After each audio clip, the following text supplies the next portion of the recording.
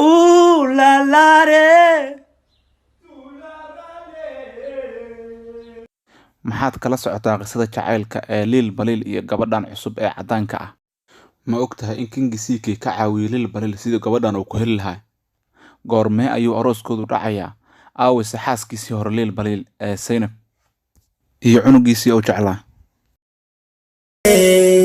Oh baba noqday baba noqday baba baba oh baba noqday baba noqday baba noqday baba noqday baba oh baba noqday amusabe.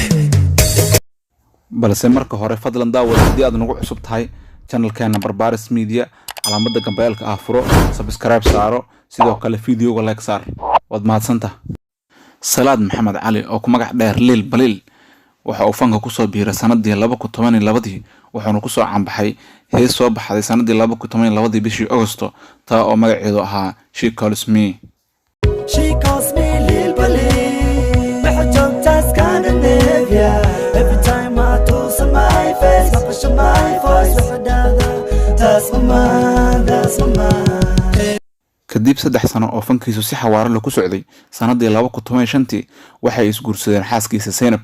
waxa uu sheegay isla markiiba guud ahaanba inuu iska dhaafay muusig iyo wax fan la xiriira. السلام عليكم ورحمة الله وبركاته. الحمد لله رب العالمين.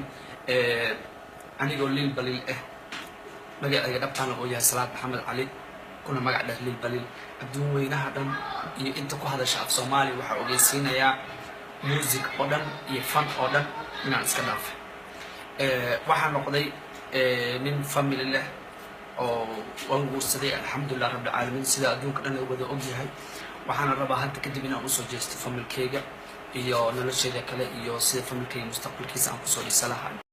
3 sano kadib ayuu Lil Balil fanka ku soo laabtay waxa uu soo qaaday hees shaki weyn dhalisay taa oo magaceedu ahaa Safar.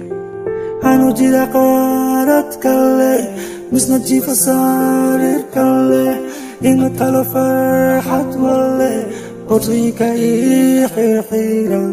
Oh baby waan soo socdaa safar baan ku soo jiraa suuradaada inaan arko ayaan sida ku soo maraa safar baan. su'aalaha inta badan dadku isweydiinayaan ayaa u badnaay waa maxay sababta ku soo celisay fanka Lil Balil? waayo qofka uu u qaaday heesta Safar maadaama xaaskiisii ay wadanka gudihiisa isla joogeen? balse jawaabta dhabta ee su'aalahan ayaa ah in Lil Balil uu heestan u qaaday xaaskiisa cusub ee hadda la nool yahay ee Lafiya Nakatura. waxa isla markaa isweydiinaysaa waa maxay sababta ku kaliftay Lil Balil in uu gabar cadaan guursado asagoo oo haysta gabar Soomaali ah oo waliba cunug u haysa. ragga Soomaaliyeed waxa lagu xantaa in intooda badan ay dumarka lacag ku raacaan balse Lil Balil hore ayuu hees uga qaaday oo uu leeyahay qalbigayga mani mani jeebkayga mani mani maskaxdayda mani mani aqligayga mani mani jeebkayga mani nasi mani mani nakasana mani mani heetasi mani mani kufa mani mani mani waxaan wata mani mani jeebkayga mani mani maskaxdayda mani mani. su'aasha kale ee ugu badan ee dadku isweydiinayaan ayaa ah sidee isku barteen Lil Balil iyo gabadhan cadaanka ah? haddaba aniga ayaa ku faahfaahinayay si fiican u dhageyso. Lafiya Nakatura oo u dhalatay wadanka Austria iyo Lil Balil waxay iska barteen barta caanka ee baraha bulshada ee dhalinyaradu aad ku isticmaalaan ee loo yaqaano Instagram-ka maadaama Lil Balil luqadda Soomaaliga ay u dheerayd inuu ku hadlo luqadda Englishka sidoo kale gabadha Lafiya ay ku hadlaysay luqadda Austria oo wadanka u dhalata ah iyo luqadda Englishka. wada sheekaysi dheer kadib Lil iyo Lafiya Nakatura way isfahmeen maadaama ay ku wada sheekaysan jireen luqadda Englishka oo labadooduba ay taf ku ahaayeen balse dhibaatada ugu badan oo soo wajahaysa ayaa waxay ahayd inay kala joogaan laba wadan oo aad u kala fog haddana aysan suurtagal ahayn in mid kale u yimaado maadaama Lil Balil uusan haysan baasaboor oo ku tago wadanka Austria sidoo kale gabadhaas aysan suurtagal ahayn inay Afrika timaado balse Lil Balil wuxuu go'aan ku qaatay inuu Lafiya u tago meesha doonto kala dhacdo ama sirca doonaha u maray. Lil Balil soo iska jooga magaalada Nairobi ayaa maalmaha kamid ah waxa loo sheegay inuu magaalada joogo King CK oo ah YouTuber caan ah oo magaalada Nairobi u yimid in uu show ku qabsado balse uusan markaas haysan cid garab ku siisa maadaama uusan ahayn CK fanaan laakiin uu ahaa kaliya YouTuber sida uu doonayana ahayd inuu show qabsado. Lil Balil waxa uu u tagay CK waxa uu u sheegay inuu ka caawinayo inuu qabsado show maadaama uu yahay nin fanaan ah wadankaana jooga sharcina kale sidoo kalena uu ka rabay inuu ka caawiyo asaguna wadankiisa maadaama jacaylkiisu ay jirtay wadanka Austria. Lil Balil King CK wuxuu u sameeyay wax kasta oo uu jeclay waxa uu garab weyn ku siiyay inuu qabsado show aad iyo aad u qurux badan. laakiin CK isla markii show u dhamaado wuxuu si degdeg ugu laabtay wadanka Austria oo uu dhalasho ka haystay halkaana uu deganay. Lil Balil markii uu CK laabtay waxa uu sheegay in uu jecel yahay gabar wadankaas joogta waxa uu ka codsaday inuu ka caawiyo qaabkii ay isku heli lahaayeen asaga iyo gabadhaas. King CK maadaama uu ahaan ama lagu lahay waxa uu go'aansaday inuu saaxiibkiisa caawiyo oona falankeeda qabto si uu ku keeni lahaay wadanka Austria. CK wuu soo laabtay waxa uu yimid Kenya waxa ayna ka wada sheekaysteen qaabka ugu fudud lagu wadi karo Lil Balil oo lagu geey karo qurbaha gaar ahaan Austria.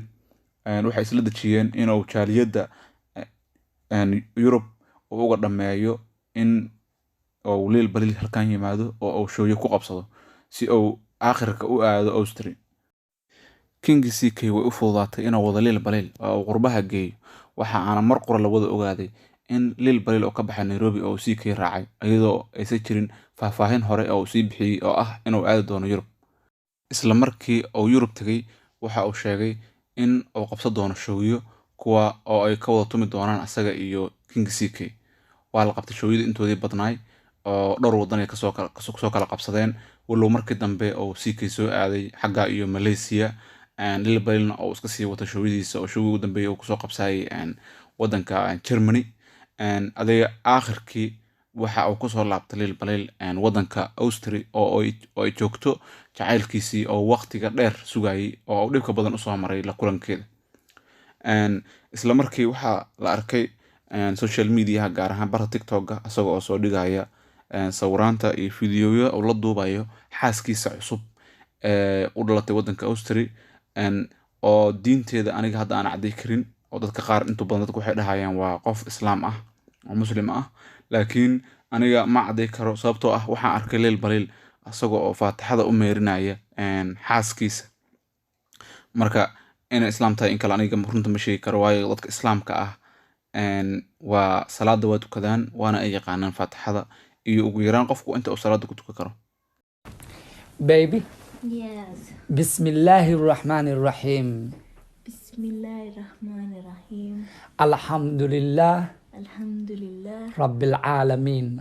Rabbil Alamin. Ar-Rahmani, Ar-Rahmani. Rahim. Rahim. Maliki Yawmiddin. Maliki Maliki. Yawmiddin. Yawmiddin. Masha Allah. I love you. I love you. si kastaba ha ahaatee waxaa la filayaa Lil Balil inuu dhigto arooskii qarniga maadaama xaaskiisan cusub ay ka dhalatay qoys lacag leh.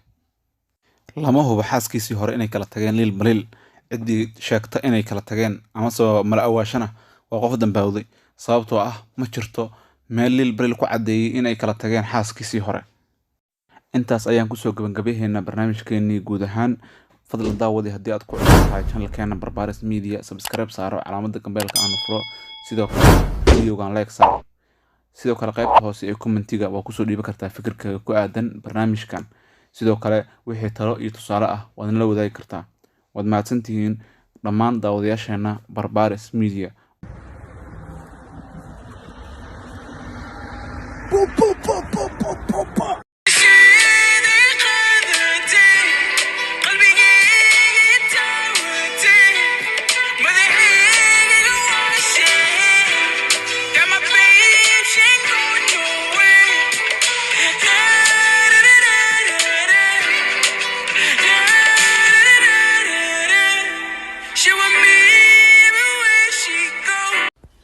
Ooh la la re.